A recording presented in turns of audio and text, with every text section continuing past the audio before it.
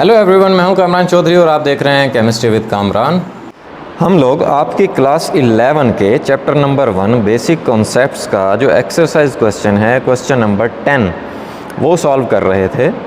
अभी से पहले हम लोग इसके 3 पार्ट्स सॉल्व कर चुके हैं, part A, part B, part सी।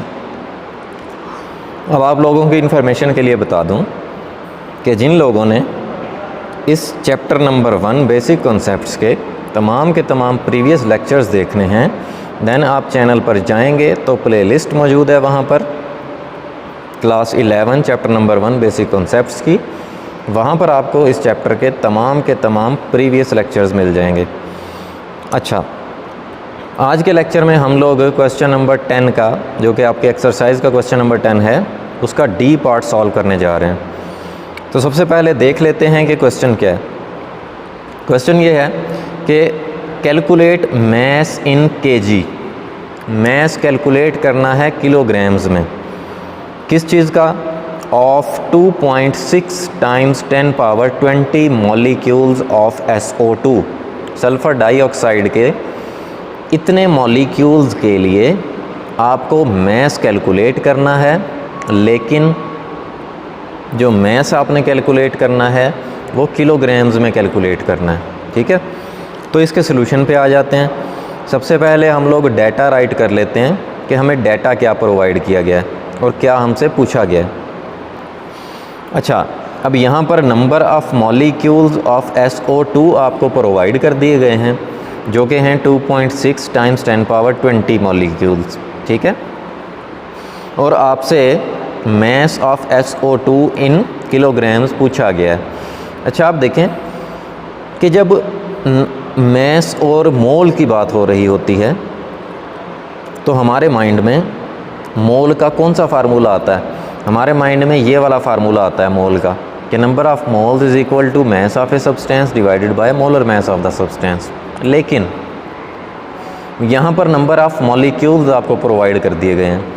तो आपने class 9 chapter number 1 fundamentals of chemistry में एक फार्मूला पढ़ा था, जो कि ये था कि number of moles is equal to number of particles divided by Avogadro's number. अब यहाँ पर आप देखें कि एवोगैड्रो नंबर की वैल्यू पता है आपको 6.02 टाइम्स 10 पावर 23 होती है। नंबर ऑफ़ पार्टिकल्स क्या होते हैं? ये पार्टिकल्स एटम्स भी हो सकते हैं, मॉलिक्यूल्स भी हो सकते हैं, आइंस भी हो सकते हैं, फार्मूला यूनिट्स भी हो सकते हैं। ठीक है, यहाँ पर जो हमारे पास नंबर ऑफ़ पार्टिकल्स हैं वो नंबर ऑफ़ मॉलिक्यूल्स हैं।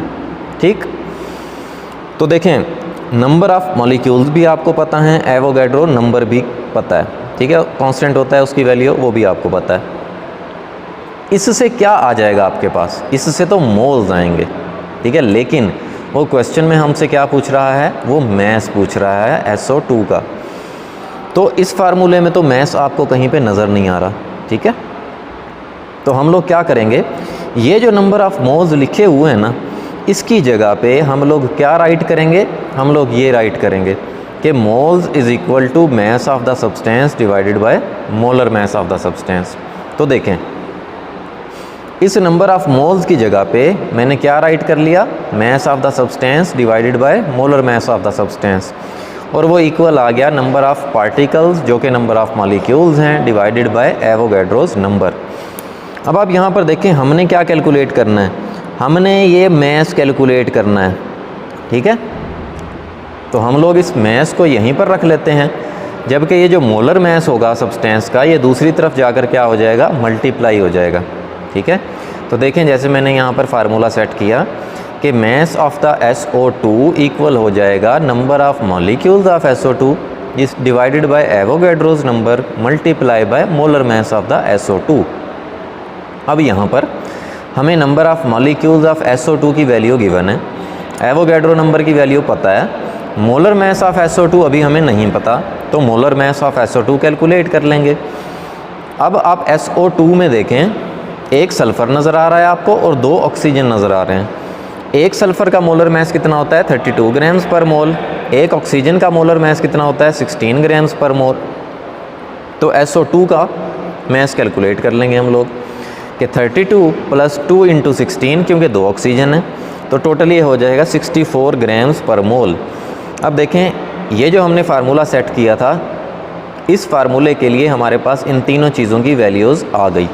ठीक है, नंबर ऑफ़ मॉलिक्यूल्स आपको प्रोवाइड कर दिए गए थे 2.6 टाइम्स 10 पावर 20, डिवाइड कर देंगे उसको एवोगैड्रो नंबर से, मल्टीप्लाई कर देंगे मोलर मास से, तो फाइनली आपके पास ये जो आंसर आएगा ये ग्राम्स में आ जाएगा 0.0276 ग्राम।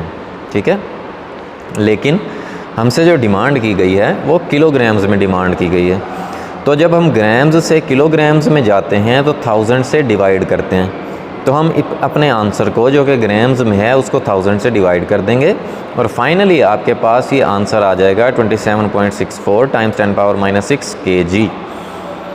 सो इस तरह से आप इस क्वेश्चन को सॉल्व कर लेंगे।